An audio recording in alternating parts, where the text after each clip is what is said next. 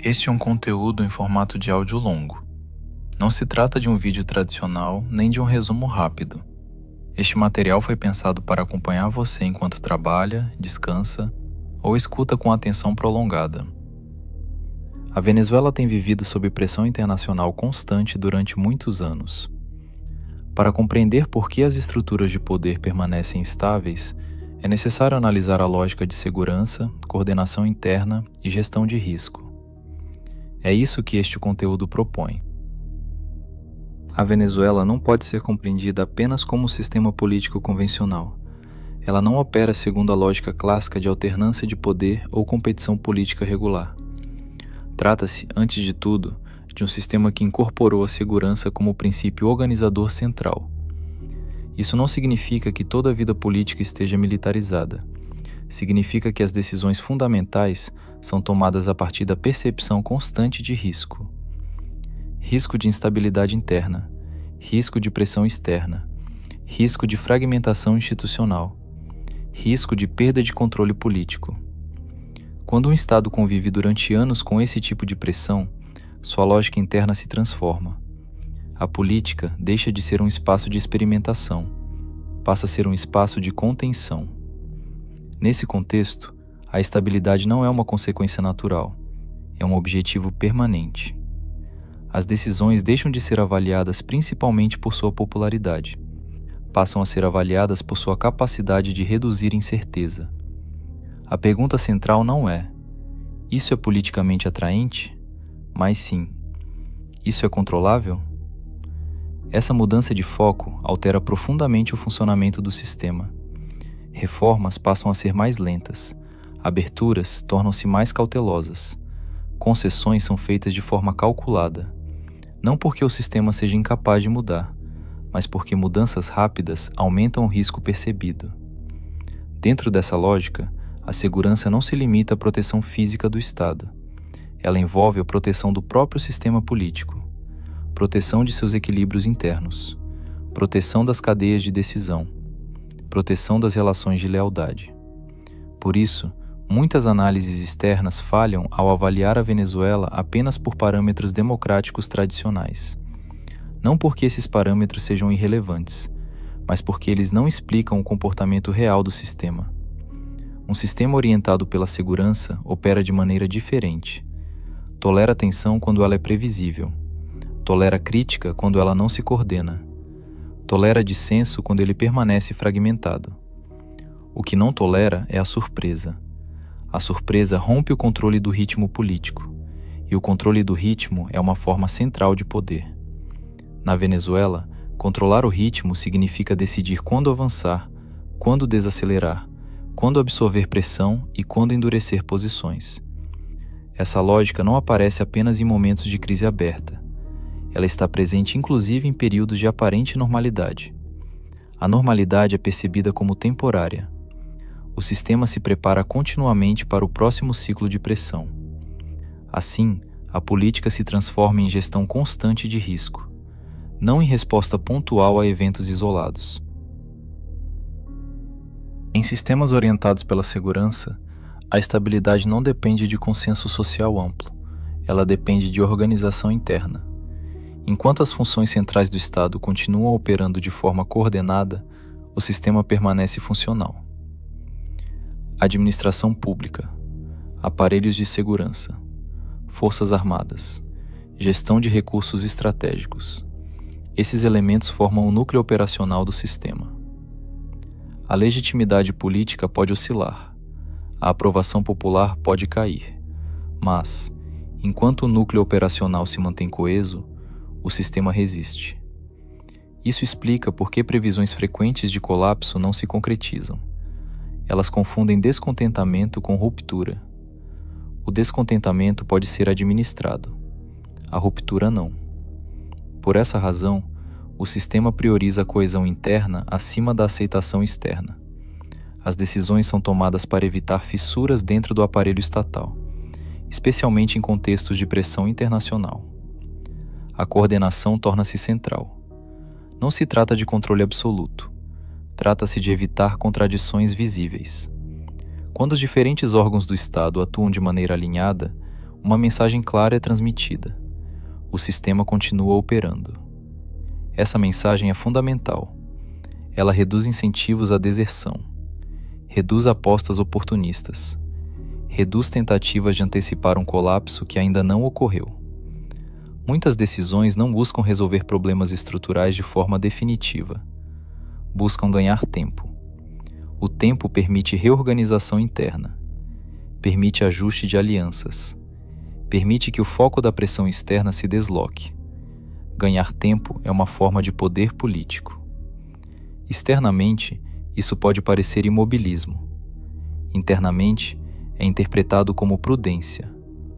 A prudência torna-se uma virtude estratégica. Cada movimento é avaliado não apenas por seus efeitos imediatos, mas por suas consequências sistêmicas.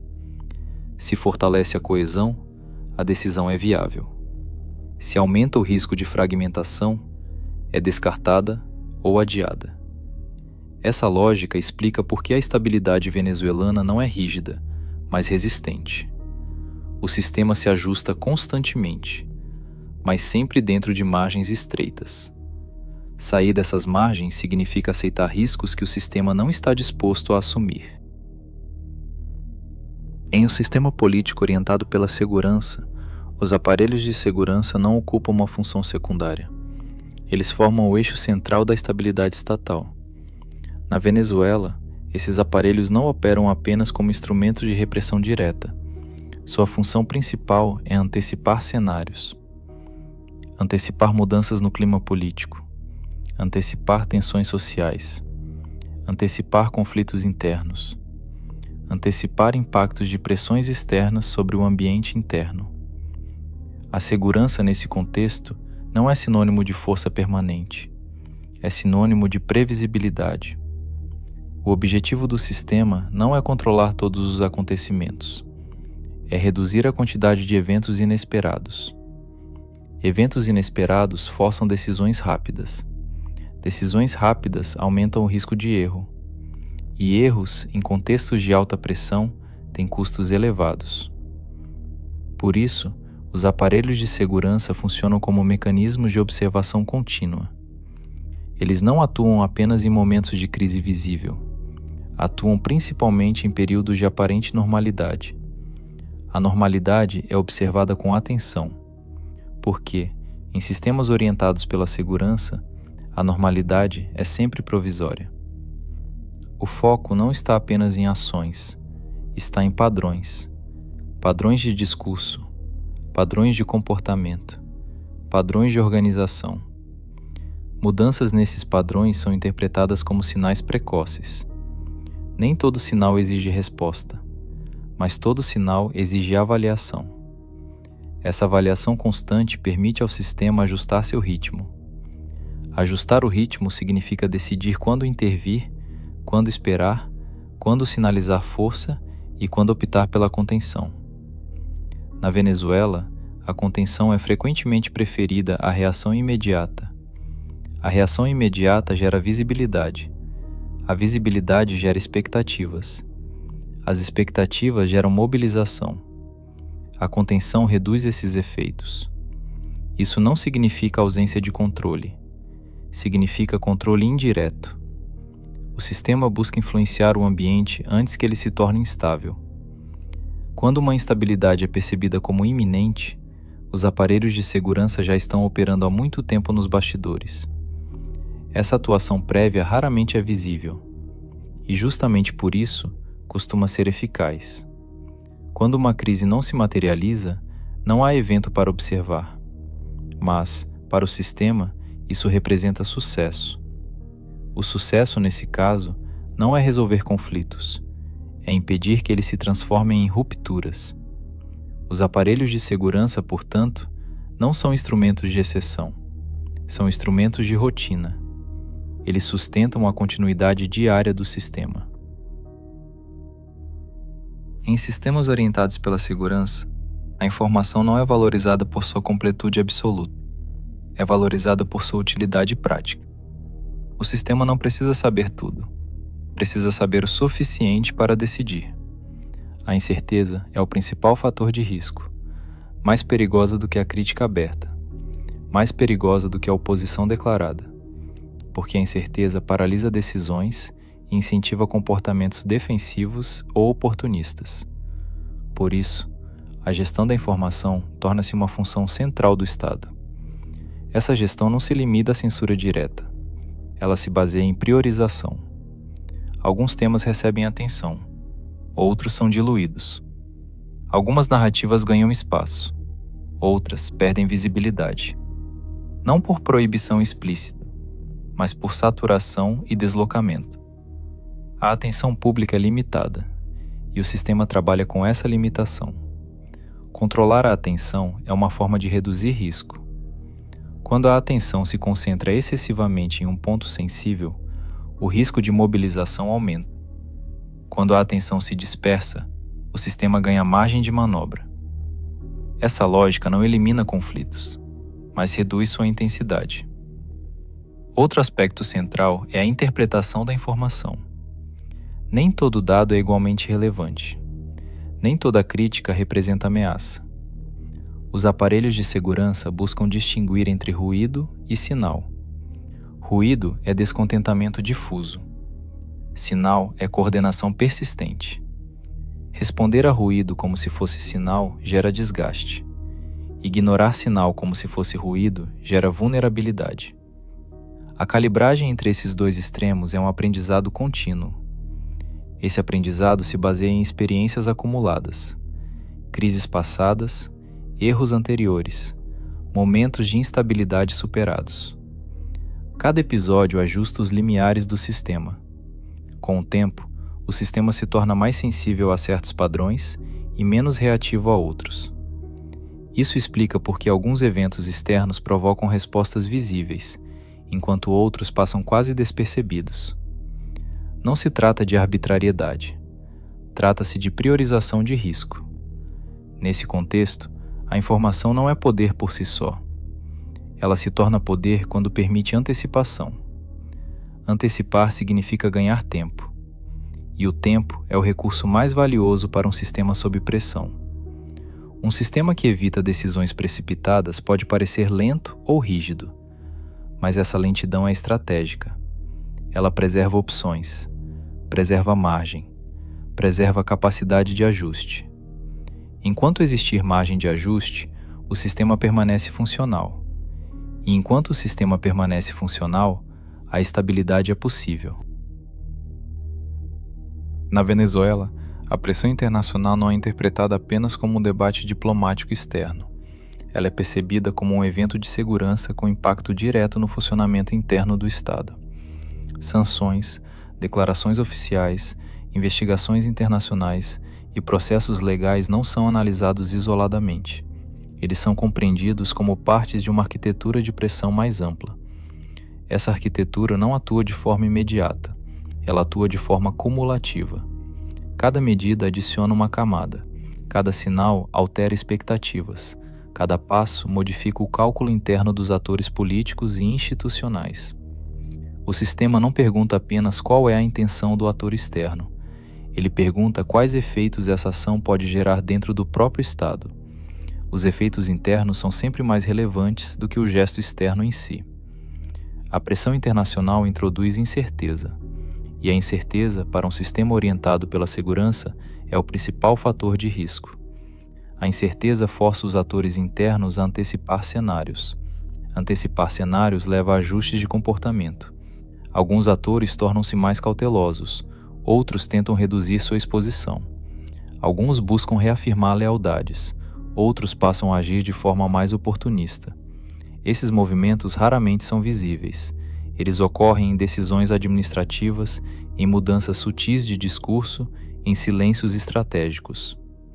Externamente, a pressão pode parecer um instrumento direto de mudança. Internamente, ela funciona como um teste constante de coesão. O sistema observa atentamente se as instituições permanecem alinhadas, se os sinais públicos são consistentes, se não surgem contradições internas visíveis. Quando a pressão aumenta, a prioridade não é reagir publicamente. A prioridade é preservar coordenação interna. A resposta pública, quando ocorre, vem depois da leitura interna. Responder rápido demais pode ampliar riscos. Responder de forma descoordenada pode sinalizar fragilidade. Por isso, a pressão internacional frequentemente leva o sistema a se compactar.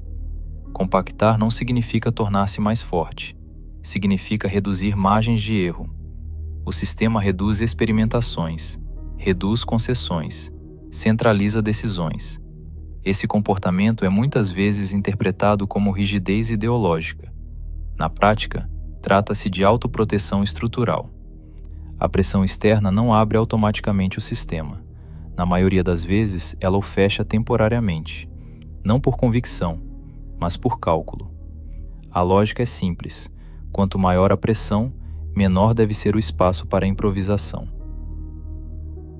Os processos legais internacionais ocupam um lugar específico dentro dessa lógica de pressão. Eles não são percebidos apenas como procedimentos jurídicos. São interpretados como sinais de personalização do risco. Enquanto o risco permanece abstrato, o sistema pode administrá-lo de forma coletiva. Quando o risco se associa a indivíduos concretos, o cálculo interno muda. A personalização do risco levanta uma questão sensível. O que acontece se determinados centros de decisão forem enfraquecidos?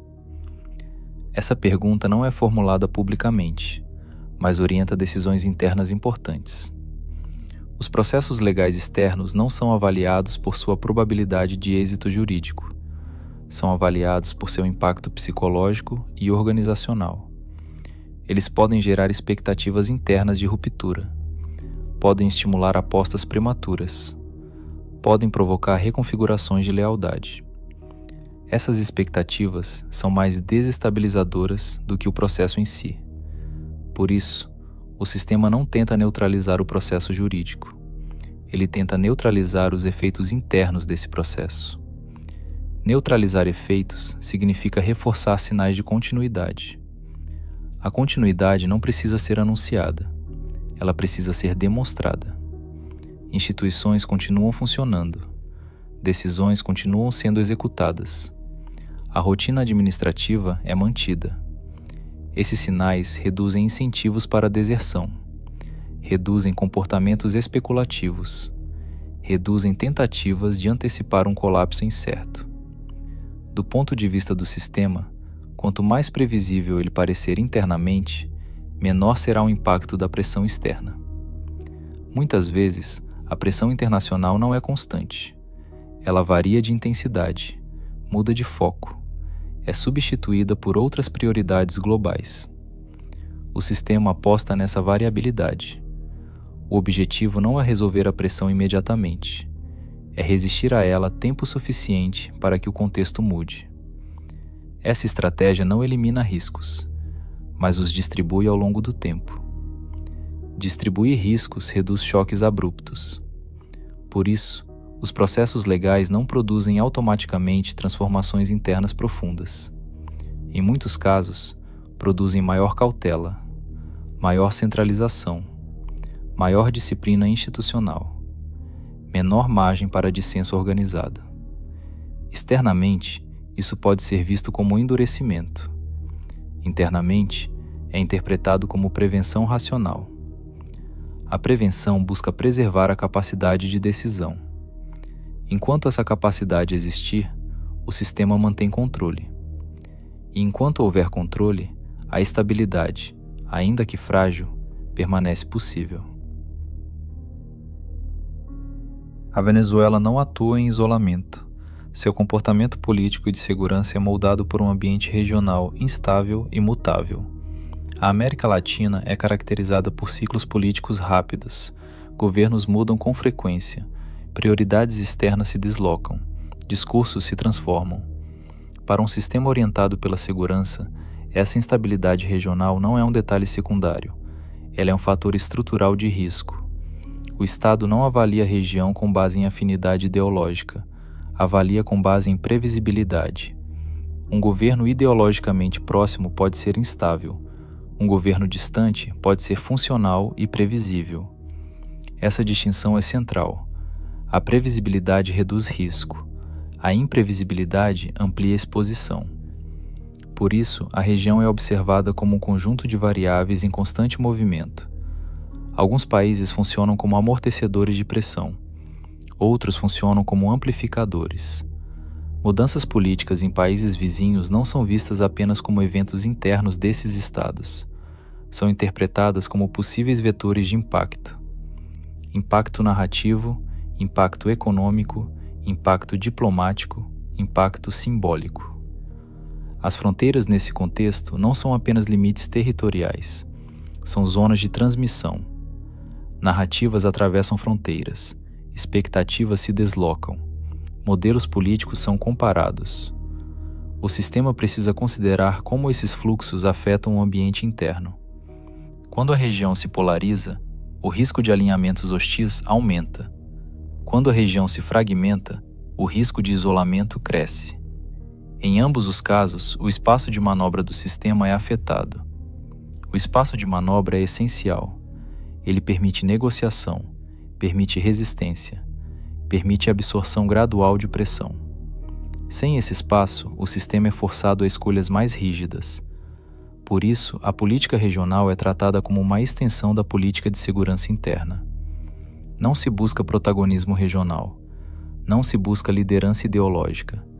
Busca-se reduzir exposição. Reduzir exposição significa limitar compromissos irreversíveis.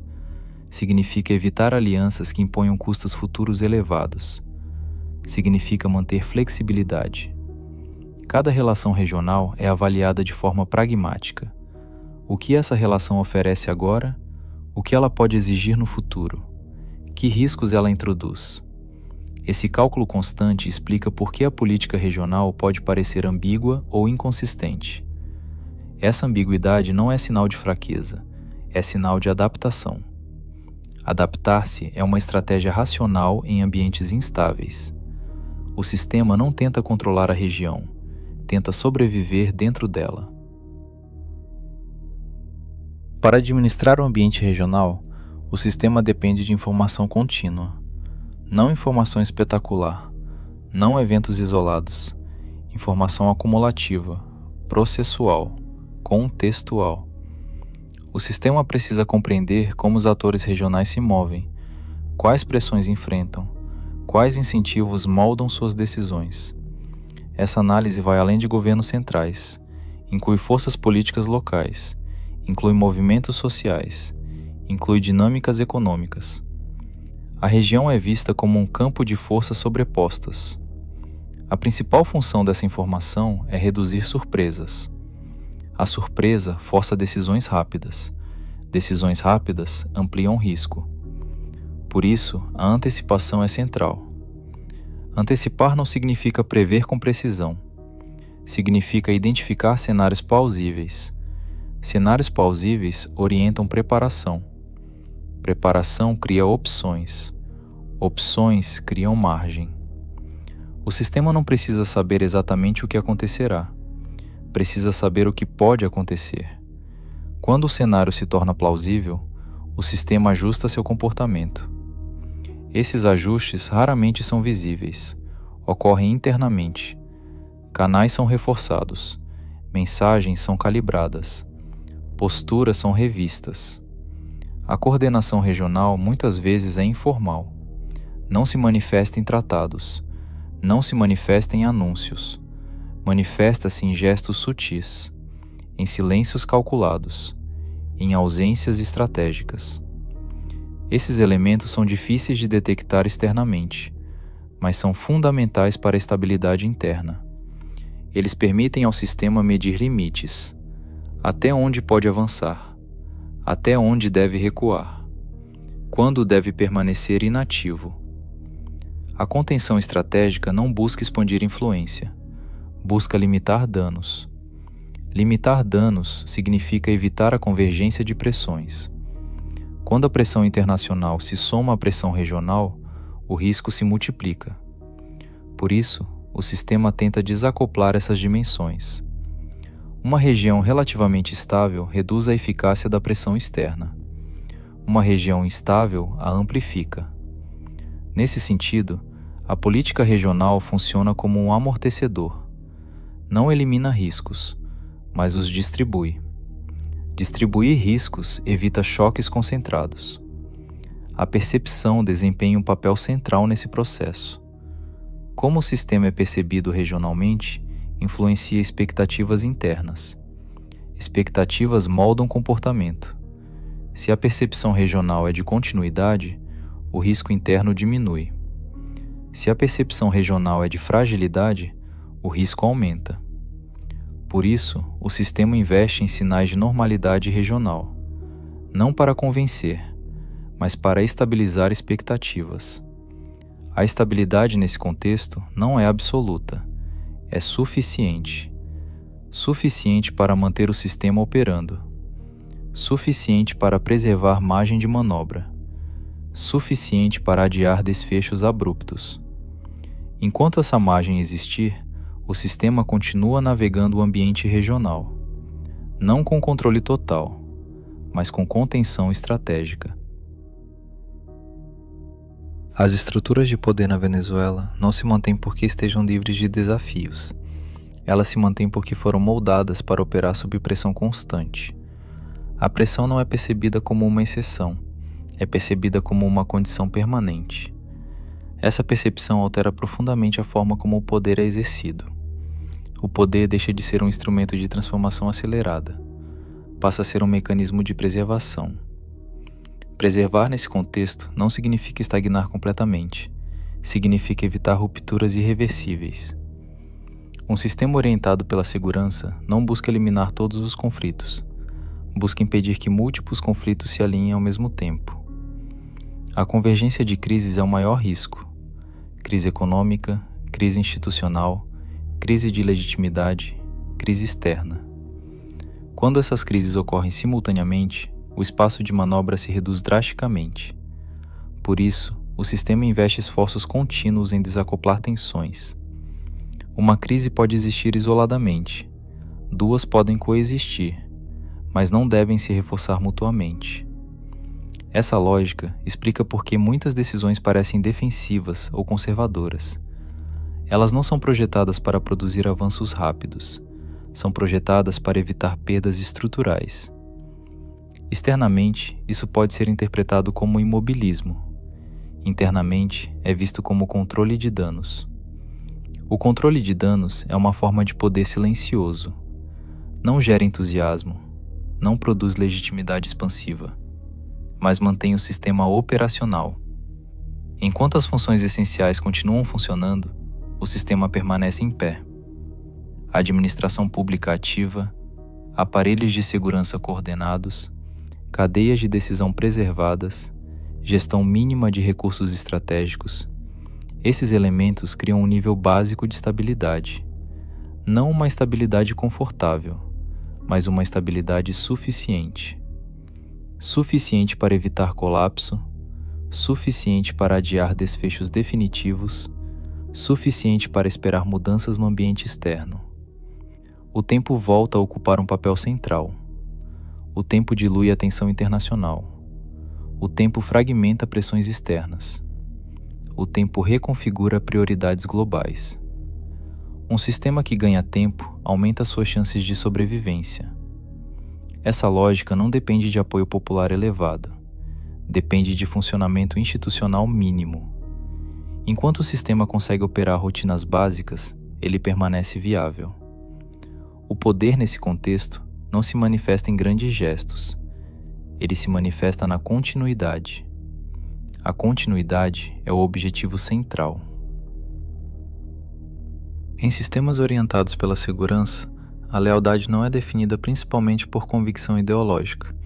Ela é definida por funcionalidade. Os atores precisam acreditar menos no sistema e mais na sua continuidade. A previsibilidade reduz incentivos para rupturas individuais. Quando os atores acreditam que o sistema pode colapsar, eles começam a buscar saídas pessoais. Quando acreditam que o sistema continuará existindo, tendem a se adaptar. Por isso, o sistema prioriza sinais constantes de continuidade. Esses sinais raramente são explícitos. Eles se manifestam na rotina. Funcionários que permanecem em seus cargos, instituições que continuam operando, decisões que seguem sendo implementadas. A rotina transmite estabilidade. Mesmo quando o ambiente é instável, a rotina reduz a percepção de urgência.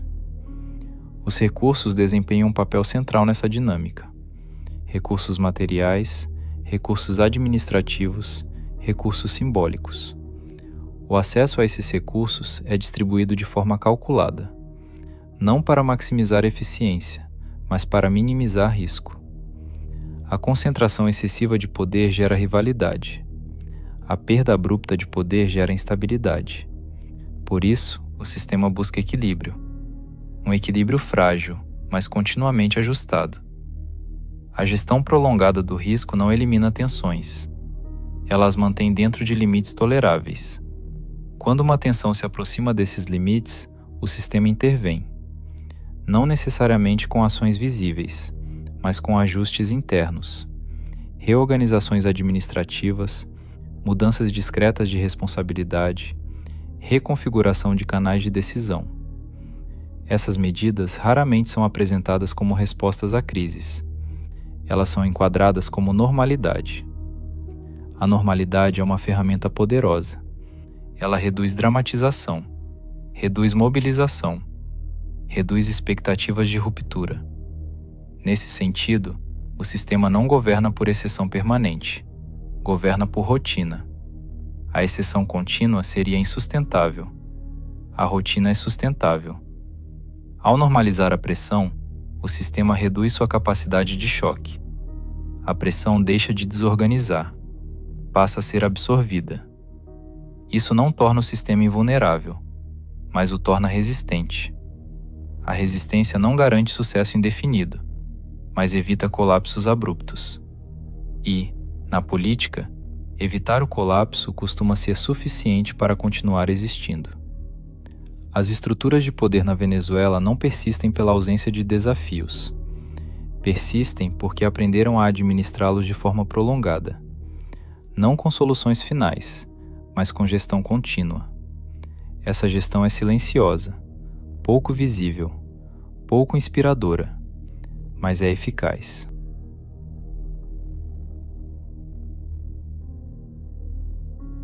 Esta análise mostrou que a estabilidade política nem sempre surge do consenso ou de ampla aceitação social.